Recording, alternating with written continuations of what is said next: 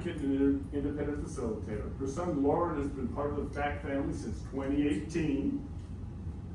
She's the founder of the Autism Resource Project, where they explore the joys, challenges, and triumphs of being part of the neurodiverse community.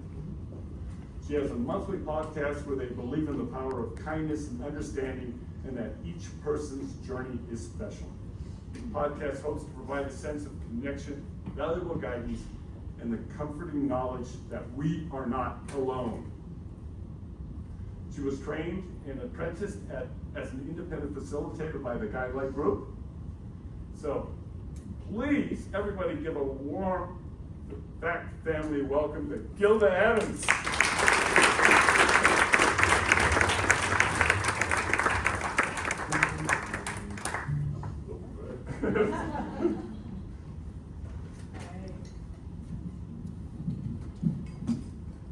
Good morning, everybody. I'm very happy to be here. I was asked to tell you all a story, so that's what I'm going to do. It is going to be a true story, and it's going to be about me. So I'm Gilda Evans, and once upon a time, I was a single mom raising 3 small children, and my youngest, at the age of 3-4 years old, got a diagnosis of autism. And there I was with that deer in the headlights, oh my God, stare, what do I do now? And all the questions that fill your mind, all right, who do I call, where do I go, how do I apply, how do I get, oh my God, how am I gonna support my kid? And you just don't know.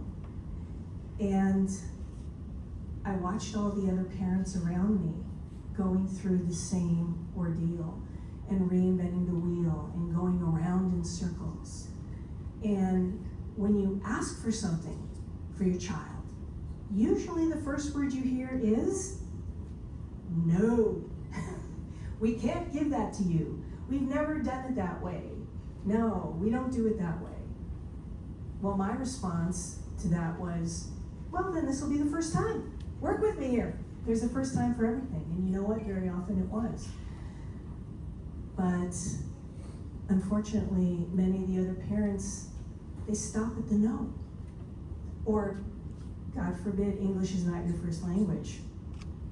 Forget about it. And who suffers the most? The child. Because they're not getting the support that they need. And so, my son is now 27. He is a member of the FACT family and has been, as Spencer mentioned, for many years. He's doing fantastic. He's living on his own with support. He wants to go into animation and video game design. And I could not be more proud of this young man. But if you look at the timeline, basically I spent 2+ decades battling with the schools and the regional senate and the government offices and whoever else I had to do battle with to get my son what he needed. So fast forward about 5 or 6 years ago, I had this epiphany and I thought, all right, why for this enormous population? And when I say enormous, I'll share this. Many of you are probably already familiar with the stats, but I'll share them with you anyway. Why for this enormous population is there no central knowledge and resource base that a parent, caregiver, educator, service provider, individual themselves can go with a question and at least find the beginnings of the answer, instead of feeling like you're out in the middle of the ocean treading water with no land in sight and no idea what direction to swim in, right? At least it points you, hey, land's over there, head that way.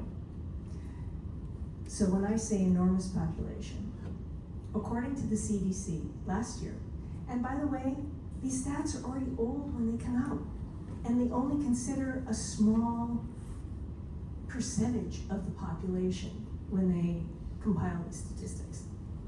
But anyway, last year, according to the CDC, this year, In the United States alone, 1 in 30 will get newly diagnosed with autism.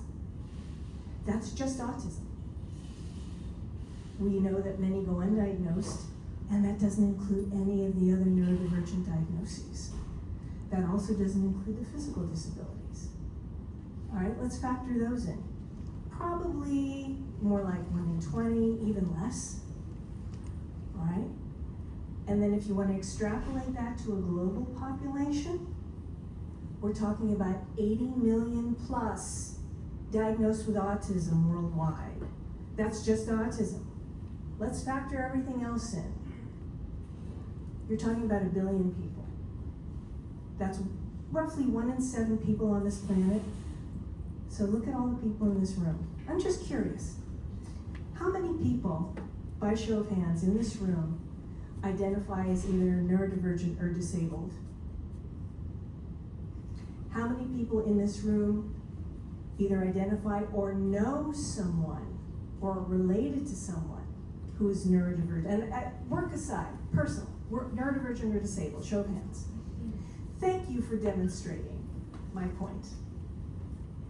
My point is this touches everybody, everybody.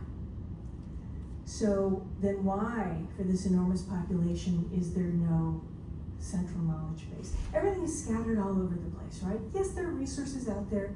Yes, they're limited, but it's all scattered. And when you're a parent, let alone the parent of a neurodivergent child, you don't have time to be a detective, right? So, and then if you do find something, is it what you're looking for? You don't know. Is it vetted? Is it real? Is it a scam? You have no idea. So about 5-6 years ago, I decided, well, it doesn't exist, so I guess it's gonna be up to me. I'm gonna make it happen. Because that's what a lot of us parents do.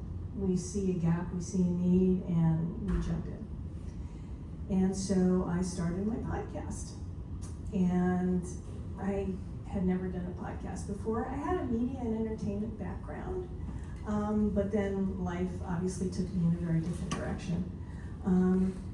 But I decided, all right, I'm going to do a podcast. Don't really know what I'm doing, but I'm going to do it anyway. And by the way, I had no idea at the time that one out of that, I think, what's the statistic? Most podcasts fail within the first 10 episodes. I think that's a statistic. I just forged on ahead, and I guess I must have done something right because we will be approaching 200 episodes by the end of this year. We're booked out into next year with guests, and we're available in over 15 countries. So, thank you. And last year I decided that since the podcast was doing well, it was not enough, and I needed to do more. So, as Spencer mentioned, I founded the Autism Resource Project. And together with my board of directors, we are in the process of creating a first of its kind, online, national, and eventually global resource hub for the neurodivergent and disabled communities. Yes.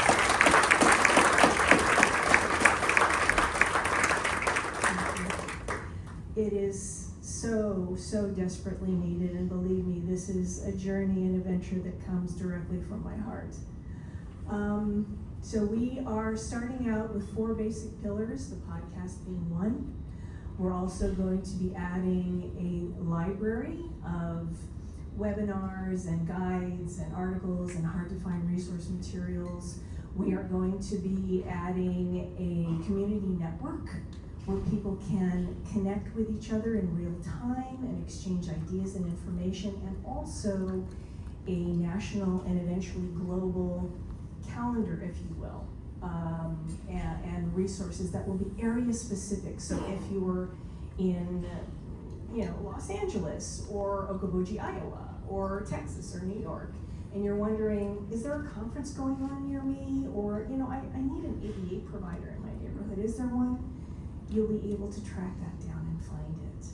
And we're also going to have a marketplace of specific, things that are very specific and needed for the neurodiverse and disabled communities. That's what we're beginning with. We are in the process of building and growing right now. Doing a lot of fundraising. As you know, technology is not cheap, and people to run the technology are not cheap, so that's a big focus for us right now. And we are also, as Spencer mentioned, I am a trained IF, and that is work that I have been doing for over 2.5 years. But I have decided, and my board has welcomed the idea, that I'm going to be, and this is an announcement, by the way, this is not, you guys are one of the first to know this, that I'm going to be moving that work under the auspices of ARP. I do not know of any other nonprofit organization that offers independent facilitation work. So we are going to be one of the first, if not the first, to do that, so that when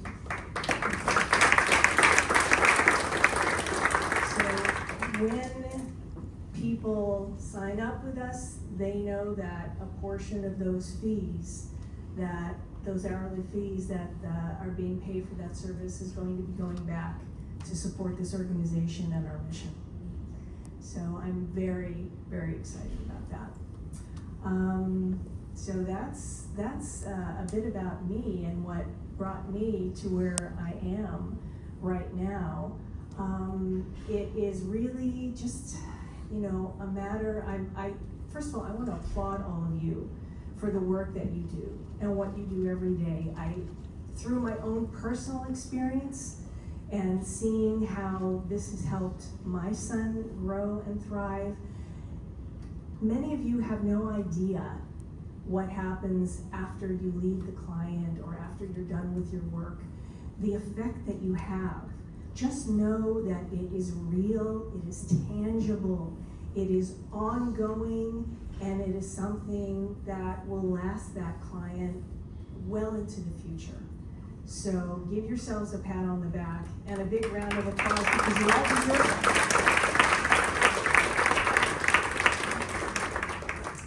So and by the way, I welcome all of you to please visit our website. I had another slide. I don't know if it's available with the contact information and how to connect with us. But I do encourage all of you to visit the website. It's being redone and revamped as I speak. That is, it's autismresourceproject.org. That's my email address. If any of you want to reach out to me or to one of my board members, Chris.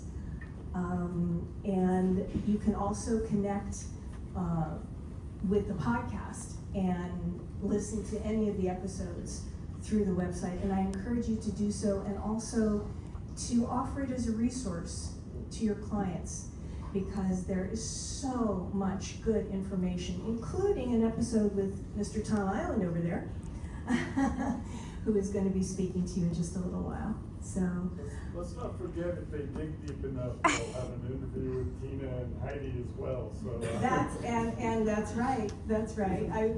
You beat me to it.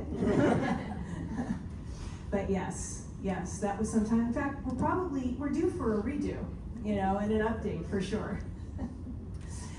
So I would love to open it up right now if anyone has any questions or comments that you'd like to share based on anything I've said, or just something that came to mind that you'd like to share. I'd love to open it up. Anybody? Or did my story just shock you all into awesome silence? Okay, yes. I just wanted to say, I remember when I met you for the intake, it was just a lot of learning with you about how to best support Lauren, and you were always so determined, and just always, if something didn't work, you were so quick to provide such a helpful suggestion in a very kind way. So I want to say, I admire all the work you've done. I remember, I think around that time you were just getting started with the podcast, so I'm so excited that it's grown so much, and I just think you're doing amazing work. Thank you so much. Anybody else? I'm open to any other compliments. Modest.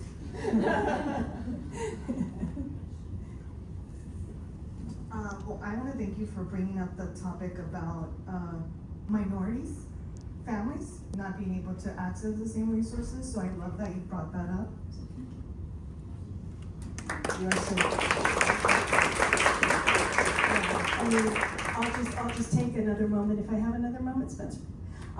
Just to share a bit of my own personal philosophy. I think labels are okay to the extent that they serve to shorthand language. For example, when you say autism, you have a 50,000-foot view of the challenges that that particular individual might be facing or dealing with, right? Because as the old saying goes, you meet one person with autism, you met one person with autism, right? But my personal hope is that at some point in the not too distant future, things like the autism spectrum, labels like that will become moot, because my own belief is we are all part of the human spectrum, right? Every single one of us. It's just a matter of where do you vibrate? Are you ultraviolet? Are you visible? Are you infrared? Right? And it's just, I have not met one single person, whether you identify as neurodivergent, neurotypical, I don't care. I have not met one person in my life who doesn't have their faults and their foibles and their idiosyncrasies and their stuff, right? Every single one of us. So it's just a matter of figuring out where that other person vibrates and finding a way to build that bridge and make that communication happen in the right and in the appropriate way. That's my philosophy anyway. So unless there are any other comments or questions, well, I want to thank you all for your attention, for your time, for your hard work, and for all the good that you do in this world and for other people.